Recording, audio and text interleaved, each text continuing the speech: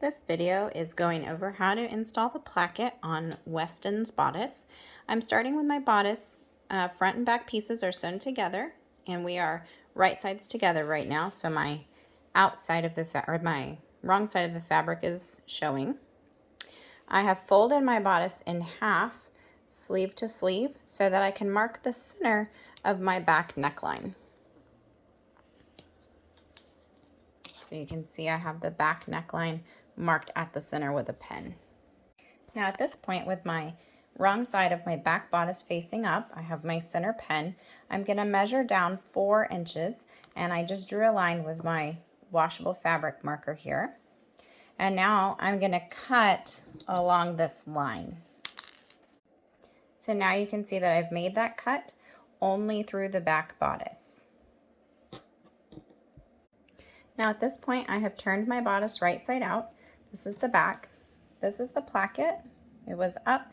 I'm just stretching it out to make it like a straight line. So this is where we cut to make our 4-inch placket.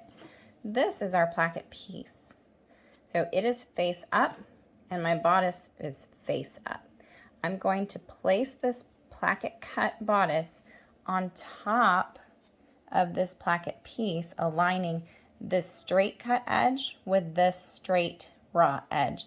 Notice that I'm putting the wrong side of my bodice fabric to the right side of my placket fabric. Now you will pin that placket the way that we just talked about. You can see the right side of my placket fabric is facing the wrong side of my bodice fabric. So this is what it looks like on the back. Then you're just going to sew across where you pinned, attaching the placket to the bodice where you made the placket cut. So all I've done now is just flipped this up so that they're like separated. You can see where they're sewn here. I'm just going to flip this up, and I'm going to take this fellow to the ironing board.